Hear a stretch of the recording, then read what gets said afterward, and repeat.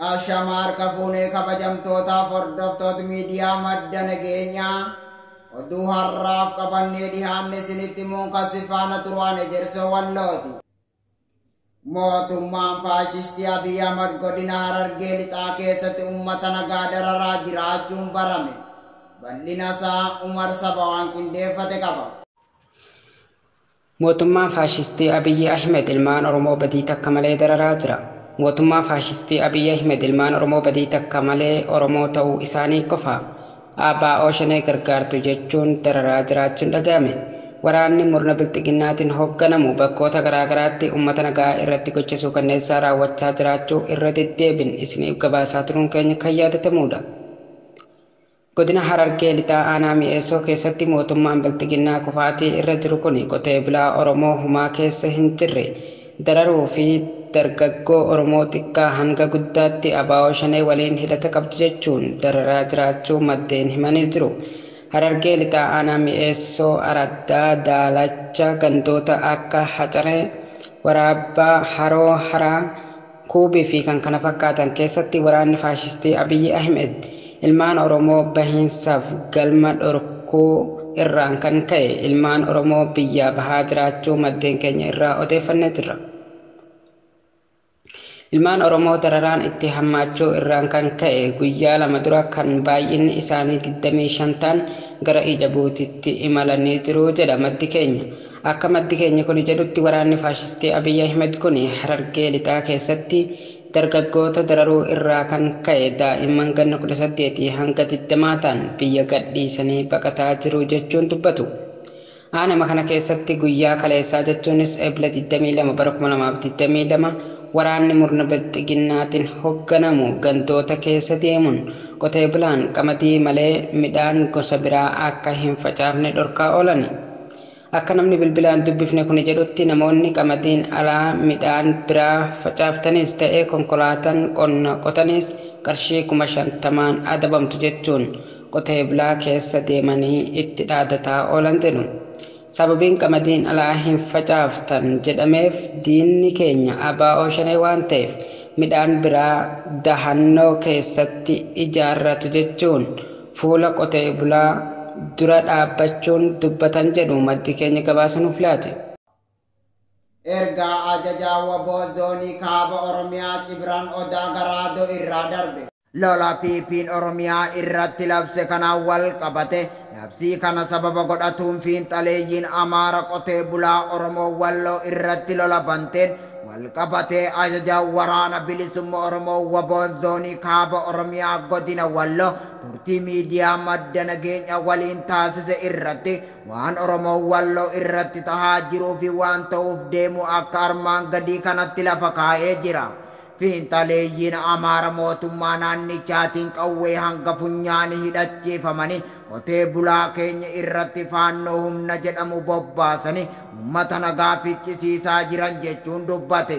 Obboleewwan keenya Affaarii sossobanii waan hin taane itti fakkeessanii ofumaa lola bananii Affaar maqaa xureessuun walitti diina nu godhuuf carraaqaa jiran jedhe.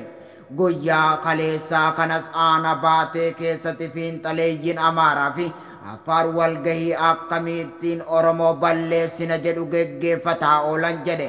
Uummanni keenya jiruu xiqqoo tanaaf jedhe sodaatu osoo hin taane kallattii jiruun fiinxaleeyyii Amaara kanatti lola bane ofirraa akkuma barame likkii galchuu qaba malee walirratti ilaaluu hin qabu jechuun dubbate. Humna amma kallattii harbuu fi wasan qurquritti buufame kana hidhannoo keenya jabeeffanne wal dhageenye waliif ajajamne wal faana yoo sochoone shakkii tokko malee hin injifanne yoo injifatuu dadhabne biyya keenya irratti wareegamuu hin dadhabnu jechuun dubbate. Kanuma wal qabatee ergaa uummata Oromoo naannoo Oromiyaatiif dabarseen Amaarri Oromoo fi Oromiyaa irratti lola labsee jira. Amaarri Walloo qofaa kee hin jiru Oromiyaa keessattis abbaaf ilma wal irratti rasaasaan rashanaa jira.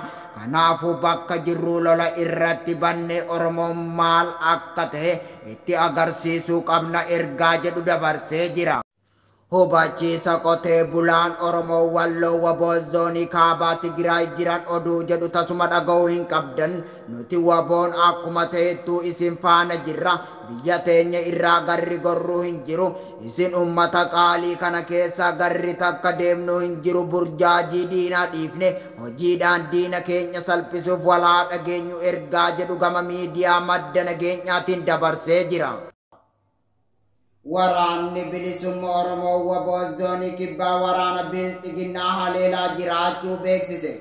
Guutuun gabaasa kanaa akkatti aanutti isiniif dhiyaata. Waraanni bilisummaa Oromoo Waboo zoonii kibbaa Cibraan Soddon Booroo waraana ergamtuu bilxiginnaa irratti tarkaanfii ilaalessaa fudhataa jiraachuu beeksise.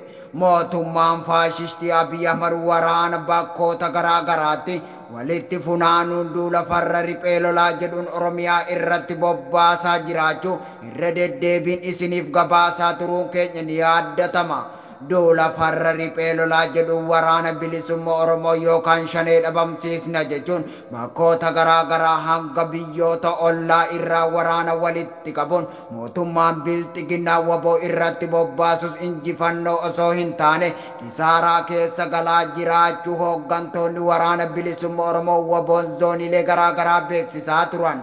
Haaluma kanaa waraanni bilisummaa Oromoo Waboo zoonii kibbaa Cibraan Soddon Booroo waraana faashistii Abiy Ahmad heddumminaan irratti bobbaafamus ergamtuu bilxiginnaa irratti tarkaanfii ilaalessaa fudhatuun hedduu ishee ajjeesu kaanis madeessuun injifannoo boonsaa galmeessee jiraachuun dhaga'ame.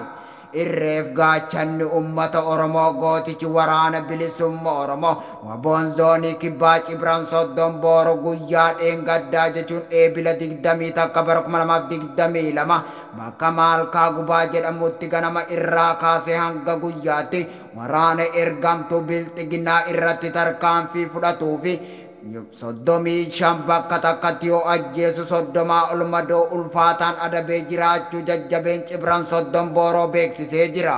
Abdiif gaachanni saba Oromoo Waboon zoonii garaa garaatti waraana isaa eebbisiisuun kaanis dirqamaaf yoo bobbaasu waraana tiksituu impaayera Itoophiyaa moora yookaan kaampii itti cabsuun tarkaanfii jajjabaa irratti fudhataa jiraachuun beekamaadha.